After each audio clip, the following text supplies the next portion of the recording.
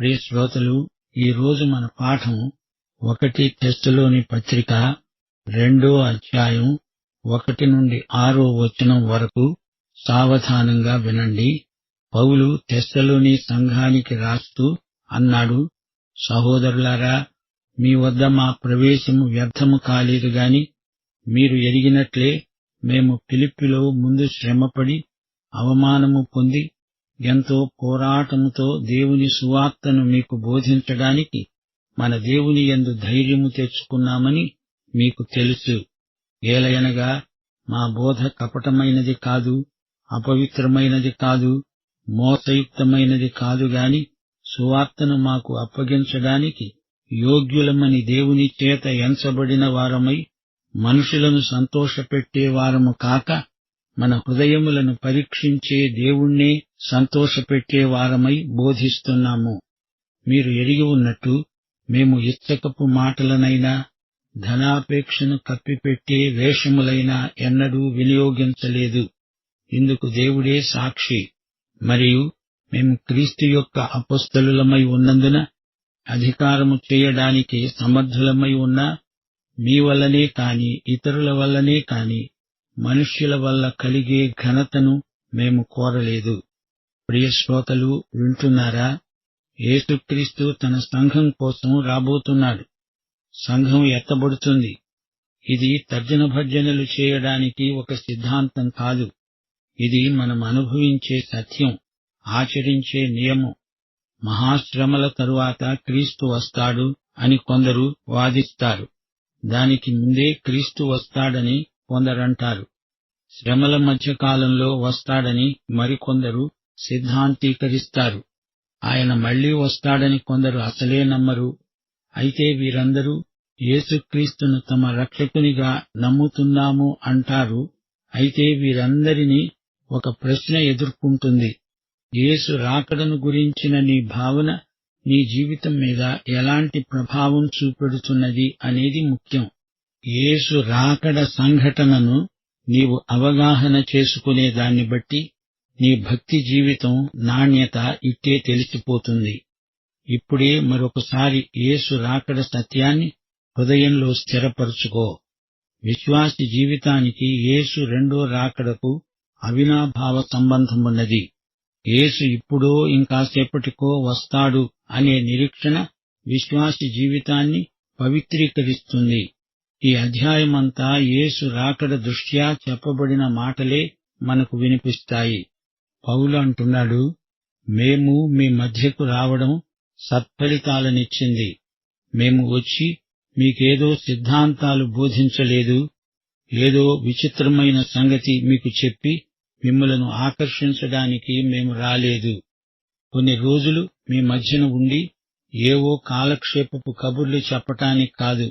మేము రావటంలో ఎంతో ఆధ్యాత్మిక ప్రయోజనం సిద్ధించింది. అనేకులు క్రీస్తును గురించిన రక్షణార్థమైన జ్ఞానము పొందారు. అక్కడ ఒక సంఘం ఉనికిలోకి వచ్చింది. పౌలు తెస్సలోనికయలో ప్రవేశించడం వల్ల అనేక మంది జీవితాలలోకి సువార్త చొరవ చేసుకొని పోయింది. అక్కడి ప్రజల ఇండ్లలోకి, హృదయాల్లోకి సువార్త ప్రవేశించింది. దేవుని సువార్తను వ్యతిరేకించే శక్తులతో పౌలు ఎంతగానో పోరాడవలసి వచ్చింది. ఫిలిప్పిలో తన అనుభవాలను పౌలు జ్ఞాపకం చేసుకుంటున్నాడు. ఫిలిప్పిలో పౌలును అవమానపరిచారు, ఎంతో శ్రమ పొందాడు, సంఘర్షణలు, ప్రతిఘటనలు ఎదురయ్యాయి. అయినా దేవుని యందు ధైర్యం తెచ్చుకొని సేవ చేశాడు. ఈ సంగతి మీకు బాగా తెలుసు. అపొస్తల కార్యములు 16వ అధ్యాయంలో ఈ వివరాలు చెప్పబడి ఉన్నాయి. ఫిలిప్పులో పొందిన అనుభవాలన్నీ పౌలు జ్ఞాపకం చేసుకుంటున్నాడు. ఎన్నో అవమానాలు భరించాడు. ఈ అవమానాన్ని మరపించే విధంగా తెస్సలోనికయలో పౌలుకు ఎంతో ధైర్యం కలిగింది. గత అనుభవాలను బట్టి పౌలు నిరుత్సాహపడలేదు. సువార్తను ఇంకా బలంగా ప్రకటించడానికి ప్రేరణ పొందాడు. ప్రతిఘటనకు భయపడి రాజీ మార్గాన్ని అనుసరించినవాడు కాడు. పౌలేమీ రహస్య విశ్వాసి కాడు. అతడు దేవుని రాయబారి. బహిరంగ సువార్త సేవకు దాపరికమేమీ లేదు. ఫిలిప్పులో అంటే తెస్సలోనికేలో కూడా సువార్తను స్ఫూర్తితో ఆత్మశక్తితో బోధించాడు. అనుభవాలెలా ఉన్నా సువార్తను జంకు గొంకు లేకుండా ప్రకటించాడు. ప్రజలను మెప్పించి ఒప్పిస్తాను అనే ఉపాయాల పద్ధతి పౌలుకు గిట్టదు.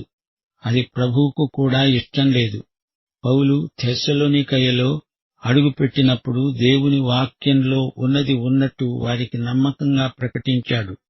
పౌలు తన సౌవార్తిక యాత్రలో వివిధ సందర్భాలలో ప్రసంగాలు చేశాడు. తాను రక్షణానుభవం పొందిన తరువాత దమస్కులో ప్రసంగించాడు. సెర్గియ పౌలు సమక్షంలో కుప్రద్వీపంలో తన సువార్త యాత్రారంభంలో ప్రసంగించాడు. మొదటి సువార్త ప్రయాణంలో పిసిదియలోని అంతియోకులో సమాజ మందిరంలో చేసిన ప్రసంగం మహాగంభీరమైనది. ఏథెన్సులో మరో ప్రసంగం చేశాడు. ఎఫెసులో తురన్ను అనే ఒకని పాఠశాలలో ఎన్నెన్నో ప్రసంగాలు చేశాడు. కొరింతు ప్రాంతంలో క్లుప్త ప్రసంగాలు చేశాడు.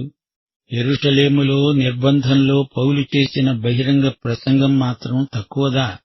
ఫేలిక్సు, ఫేస్తు, అగ్రిప్ప మొదలైన రాజకీయ వ్యక్తులతో పౌలు మాట్లాడిందంతా విశ్లేషిస్తే ఎన్నో ప్రసంగాలవుతాయి. అగ్రిప్పను సంబోధిస్తూ పౌలు ఉపన్యాస ప్రసంగం చేశాడు. నదీ తీరాన ఎఫెసు సంఘ పెద్దలను ఉద్దేశించి వీడ్కోలు ప్రసంగం చేశాడు.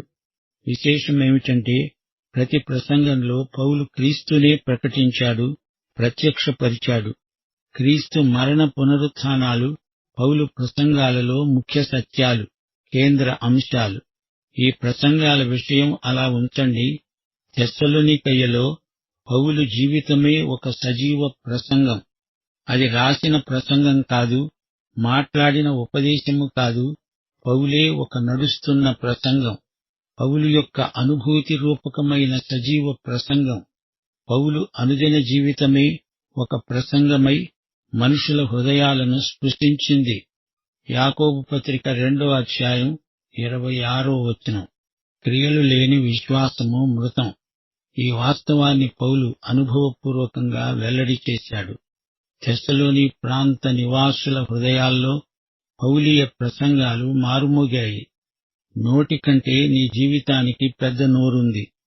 తెస్సలోని పత్రిక 1వ అధ్యాయం 3 నుండి 6వ వచనం వరకు పౌలు తన వ్యక్తిగత జీవిత సారాంశాన్ని మనతో పంచుకుంటున్నాడు.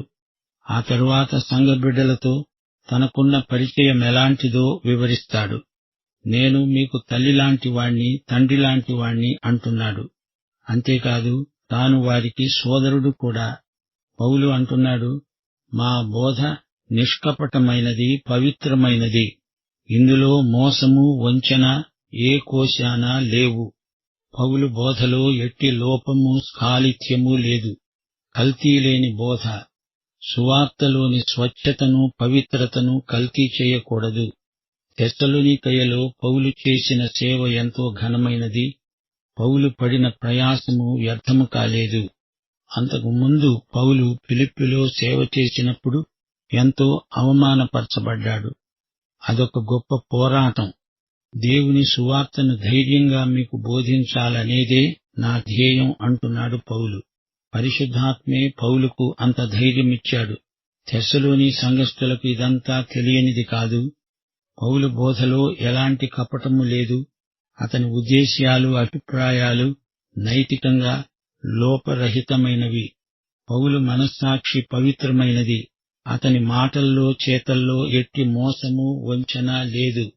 యేసుక్రీస్తు మహిమ దృష్ట్యా పౌలు ప్రతిదీ చెప్పాడు, చేశాడు. మమ్ములను యోగ్యులమని ఎంచి దేవుడు మాకు ఈ సువార్త ప్రకటన బాధ్యతను అప్పగించాడు. మనుష్యులను సంతోషపెట్టే వారము కాము, దేవుణ్ణే సంతోషపెట్టడానికి సేవ చేస్తున్నాము. మన దేవుడు హృదయములను పరీక్షించే దేవుడు. ఇచ్చకపు మాటలు నా నోట రావు. ధనాపేక్షను కప్పిపుచ్చడానికి మేము భక్తివేషము వేసిన వారము కాము. మా పద్ధతులు దేవుని పద్ధతులు. దేవుడు ఆమోదించిన పద్ధతులనే మేము వాడతాము. ఈ మాటలు నేను దేవుని సాక్షిగా చెబుతున్నాను అంటున్నాడు పౌలు. మేము ఎవరిమీ? క్రీస్తు యొక్క అపుస్తలులము, మాకు అట్టి అధికారమున్నది. అధికారం చెలాయించాలనుకుంటే అలా చేసే సామర్థ్యము కూడా లేకపోలేదు. మనుషుల వల్ల ఎట్టి ఘనతను మేము కోరము. తెస్సలోని సంఘబిడ్డలారా, మీరైనా మరెవరైనా మమ్మలను ఘనపరచాలని మేము కోరటం లేదు. అట్టి ఆశలు మాకు లేవు. ఈ విధంగా పౌలు తన సేవా సాక్ష్యాన్ని తెస్సలోని సంఘస్థులతో పంచుకుంటున్నాడు. పౌలు ప్రబోధాలు ఎంతో గంభీరమైనవి. వారికి కాలక్షేపం కోసం పౌలు ప్రసంగించలేదు. పౌలు ఉట్టి మాటలు చెప్పలేదు, శక్తిభరితమైన సువార్తను ప్రకటించాడు. అనేకులు రక్షణార్థమైన మారుమనస్సు పొందాలి. పౌలు వేదాంతాన్ని, తత్వాన్ని బోధించలేదు. స్వచ్ఛమైన కల్తీలేని సువార్త, సత్యాన్ని ప్రకటించాడు. కాబట్టి అక్కడ ఒక సజీవ సంఘము ఉనికిలోకి వచ్చింది. పౌలు రహస్య విశ్వాసి కాడు. అలాంటిది ఆయన ప్రోత్సహించలేదు. ధైర్యంతో, సాహసంతో సువార్త ప్రకటించాడు.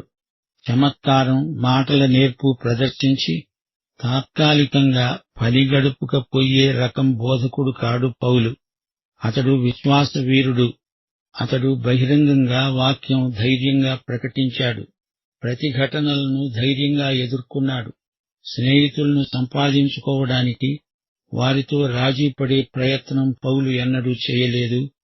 తెస్సలోనిక ప్రజలకు పౌలు చేసిందేమిటి? వారికి సువార్తను ప్రకటించి వారిని విశ్వాసమందు స్థిరపరచడానికి ఎంతో ప్రయాసపడ్డాడు. తన సేవాయాత్రలో ఎన్నో తుఫానులు ఎదురయ్యాయి. అన్నిటినీ తట్టుకుని నిలిచాడు. పౌలు పిరికివాడు కాడు. ప్రజాకర్షణ కోసం చౌకబారు పద్ధతులు వాడడు. తనను గురించి ప్రజలు ఏమనుకుంటున్నారు అని కాదు, దేవుడు నన్ను గురించి ఏమనుకుంటున్నాడు అనేది పౌలుకు ముఖ్యం. పౌలు ప్రజలకు ముఖప్రీతి మాటలు చెప్పలేదు. ఇతరులు మనల్ని తెగ పొగిడినప్పుడు మనం అవాక్కైపోతాము. ఏమి చెప్పడానికి తోచదు. విమర్శించినప్పుడే నయం, కొంచెమైనా ఆలోచిస్తాము. అందులో ఎంత నిజమున్నదా అని ఆత్మ పరీక్ష చేసుకుంటాము. అతి పొగడ్తలతో మన స్నేహితులే మనల్ని చెడగొడతారనేది నిజం. పౌలుకు పొగడ్తలు అందుకోవడం గాని, వాటిని ఇతరులకు ఇవ్వడం కాని చేతకాదు. గంటల కొలది పొగిడితేనే కాని కొందరు చేయి చాచి ఏమైనా ఇవ్వరు. సరైన దాతృత్వం అది కాదు. నలుగురిలో పేరు తెచ్చుకునే కోరిక ఆరోగ్యవంతమైన క్రైస్తవం కాదు. ధనాపేక్షను కప్పిపుచ్చుకోవడానికి పగటి వేషాలు వేయడం పౌలుకు అసలు గిట్టదు. దేవుని డబ్బుతో స్వంత పేరు ప్రఖ్యాతులు కొనేవారికి శ్రమ. ధనాపేక్ష లేదు అంటూ స్వంత ఘనతను కోరేవారు వేషధారులే. ఇలాంటి వైఖరి విగ్రహారాధనతో సమానం. పౌలు అలాంటి చౌకబారు సన్మానాలు చేయించుకోలేదు. తన సేవా జీవితంలో యేసుక్రీస్తు మహిమనే వెతికాడు. ఈ అధ్యాయంలో 12వ వచనం వరకు పౌలు తన సేవా దర్శనాన్ని, సేవా విధానాన్ని క్లుప్తంగా వివరించాడు. పౌలు జీవితము, సేవ ఎలాంటివో, దేవుడు తనను ఎంతగా ఆశీర్వదించాడో పౌలు విడమరిచి చెప్పాడు. పౌలు విశ్వాసులందరికీ గొప్ప మాదిరి. ఈ సందర్భంలో పౌలు చెప్పిన మాట మనం గమనించాలి. దేవుని సువార్తను మీకు బోధించడానికి మన దేవుని యందు ధైర్యము తెచ్చుకున్నామని మీకు తెలుసు. అనగా ఇది శుభవార్త. ఇది దేవుని వద్ద నుండి వచ్చిన వార్త. ఈ శుభవార్తను మీకు చెప్పడానికి దేవుడు మమ్ములను ధైర్యపరిచాడు. ఈ సువార్తను ప్రకటించడానికి మాకు ధైర్యం ప్రసాదించినవాడు మన దేవుడే. ధైర్యము అంటే మాట్లాడడానికి స్వేచ్ఛ. పౌలు సత్యాన్ని నిర్భయంగా ప్రకటించాడు. అలా మాట్లాడినందువల్ల అతనికి ఎన్నో ఆటంకాలు ఎదురయ్యాయి. పౌలు ఆత్మయందు తీవ్రత, స్వేచ్ఛ గలవాడై బోధించడం బాగా అలవాటు చేసుకున్నాడు. దీనికిగాను ఎంతో పోరాటాన్ని ఎదుర్కోవలసి వచ్చింది. పోరాటం అనే మాట ఈ సందర్భంలో క్రీడాకారులకు చెందింది. ఇది సైన్యానికి కూడా చెందిన పదం. ఇది పోరాటం, ద్వంద్వయుద్ధం. ఫిలిప్పీ పత్రిక 1వ అధ్యాయం 30వ వచనం, క్రీస్తునందు విశ్వాసముంచటము మాత్రమే కాక ఆయన పక్షమున శ్రమపడడము ఆయన పక్షమున మీకు అనుగ్రహించబడింది. ఇక్కడ శ్రమపడడము అనే మాట పోరాటం అని అర్థమిస్తోంది. కొలస్సీ పత్రిక 2వ అధ్యాయం 1వ వచనం ఇదే భావాన్ని వ్యక్తీకరిస్తోంది. పౌలు అంటున్నాడు, శరీరరీతిగా నా ముఖము చూడని వారి కోసం నేను ఎంతగా పోరాడుతున్నానో మీరు తెలుసుకోవాలని కోరుతున్నాను. విశ్వాసుల కోసం వారి పక్షాన పౌలు చేస్తున్న ఆధ్యాత్మిక పోరాటమిది. 3వ వచనంలో పౌలన్నాడు, మా బోధ కపటమైనది కాదు. ఇక్కడ బోధ అంటే ఆదరణ గల ఉపదేశం అని అసలర్థం. ఆదరణ గొలిపే హెచ్చరిక. ఆదరణకర్త అని పరిశుద్ధాత్మకు పేరున్నది. యోహాను సువార్త 14, 15, 16 అధ్యాయాలలో పరిశుద్ధాత్మను గురించి ఏమి చెప్పబడింది? ప్రభు అన్నాడు, మీ వద్ద ఉండడానికి వేరొక ఆదరణకర్తను పంపుతాను. యేసు తానే ఆదరణకర్త. పరిశుద్ధాత్మ అచ్చం అలాంటి ఆదరణకర్తే. ఈ ఆదరణకర్త తండ్రి నా నామమున పంపే పరిశుద్ధాత్మ. ఈయన మీకు బోధిస్తాడు, నా సంగతులను మీకు జ్ఞాపకం చేస్తాడు. అనగా పరిశుద్ధాత్మ ఆదరణకర్తే కాదు, జ్ఞాపకకర్త కూడా. పరిశుద్ధాత్మ తీర్పును గురించి, పాపమును గూర్చి, నీతిని గురించి పాపిని ఒప్పిస్తాడు. యేసు ఆరోహణమైనప్పుడు పరిశుద్ధాత్మ వారి మీదికి దిగి వచ్చాడు. 1 యోహాను 2వ అధ్యాయం 1వ వచనం, యేసు ప్రభు పరలోకంలో తండ్రి కుడిపార్శ్వమున ఉన్న ఉత్తరవాది, అనగా ఆదరణకర్త, సహాయకుడు, న్యాయవాది అనే అర్థాలున్నాయి. కపటం, అపవిత్రత, మోసం లేని హితవాక్యం నేను ప్రకటిస్తాను అని పౌలంటున్నాడు. పౌలు ప్రసంగాలలో, బోధలో లోపము, దోషము లేనీ లేదు. మోసము, కపటము, వంచన లేదు. పౌలు బోధ తప్పుడు సిద్ధాంతాలపై ఆధారపడింది కాదు. పౌలు తాను మోసపోలేదు, ఒకరిని మోసం చెయ్యాలని ఈ బోధ చెయ్యడము లేదు. దారి తప్పి తిరిగే నక్షత్రమూ కాడు. ఇది పవిత్ర సువార్త, నిష్కపటమైన బోధ, దేవుని సువార్త. ఇది మోసయుక్తమైనది కాదు. అపవిత్రత లేనిది అంటే కల్మషము లేనిది, స్వచ్ఛమైనది, కల్తీ లేనిది. మా ఉద్దేశ్యాలు, ప్రేరణ పవిత్రమైనవి. అవినీతి, వంచన ఏమాత్రమూ లేని ఈ సువార్తను దేవుడు మాకు అప్పగించాడు. రోమాపత్రిక 1వ అధ్యాయం 24వ వచనం అంటోంది, వారు తమ హృదయముల దురాశలను అనుసరించి తమ శరీరములను పరస్పరము అవమానపరుచుకునేటట్లు దేవుడు వారిని అపవిత్రతకు అప్పగించాడు. పౌలు అలాంటివాడు కాడు. శరీర కార్యములు స్పష్టములై ఉన్నవి. జారత్వము, అపవిత్రత, కాముకత్వము, విమతములు, అసూయ ఇలాంటివి ఎన్నో ఉన్నాయి. పౌలు బోధను దేవుడు ఆమోదించాడు. పౌలు మనుష్యులను కాదు, దేవుణ్ణి సంతోషపెట్టడానికి సేవ చేస్తున్నాడు. ఎప్పటికప్పుడు మా హృదయాలను పరీక్షించుకుంటూ ఆత్మ పరీక్ష చేసుకుంటున్నాము అంటున్నాడు పౌలు. పౌలు ఉద్దేశ్యాలు ఎలాంటివి అని ప్రతికక్షులు ప్రశ్నించినప్పుడు పౌలు ఈ మాటలు రాయవలసి వచ్చింది. ఇచ్చకపు మాటలు పౌలుకు రావు. ఇతర బోధకులు అలా మాట్లాడతారు గాని పౌలు నిజాయితీకి దేవుడే సాక్షి. తాను అపొస్తలుడై ఉండి కూడా వారి మీద పెత్తనం చెయ్యాలని, అధికారం చెలాయించాలని పౌలు ఎన్నడూ అనుకోలేదు. మేము క్రీస్తు అపొస్తలులము అని తన తోటి అపొస్తలులను కలుపుకొని చెప్తున్నాడు. యేసు నియమించిన 12 కాక సాధారణార్థంలో కొందరిని అపొస్తలులు అని పేర్కొనబడడం జరిగింది. బర్నబా, అంద్రోనికు, అపొల్లో, యాకోబు, ఎపఫ్రొదితు వీరిని తన తోటి అపొస్తలులుగా పేర్కొన్నాడు. ప్రియశ్రోత, నీవు యేసుక్రీస్తును నీ స్వకీయ రక్షకుడుగా ఎరుగుదువా? అయితే ఈ పాఠమంతా నీ కోసమే. మన ప్రభు అయిన యేసుక్రీస్తు వారి కృప, తండ్రి అయిన దేవుని ప్రేమ, పరిశుద్ధాత్మ యొక్క అన్యోన్య సహవాసము మనకందరికీ సదాకాలం తోడై ఉండునుగాక. ఆమేన్.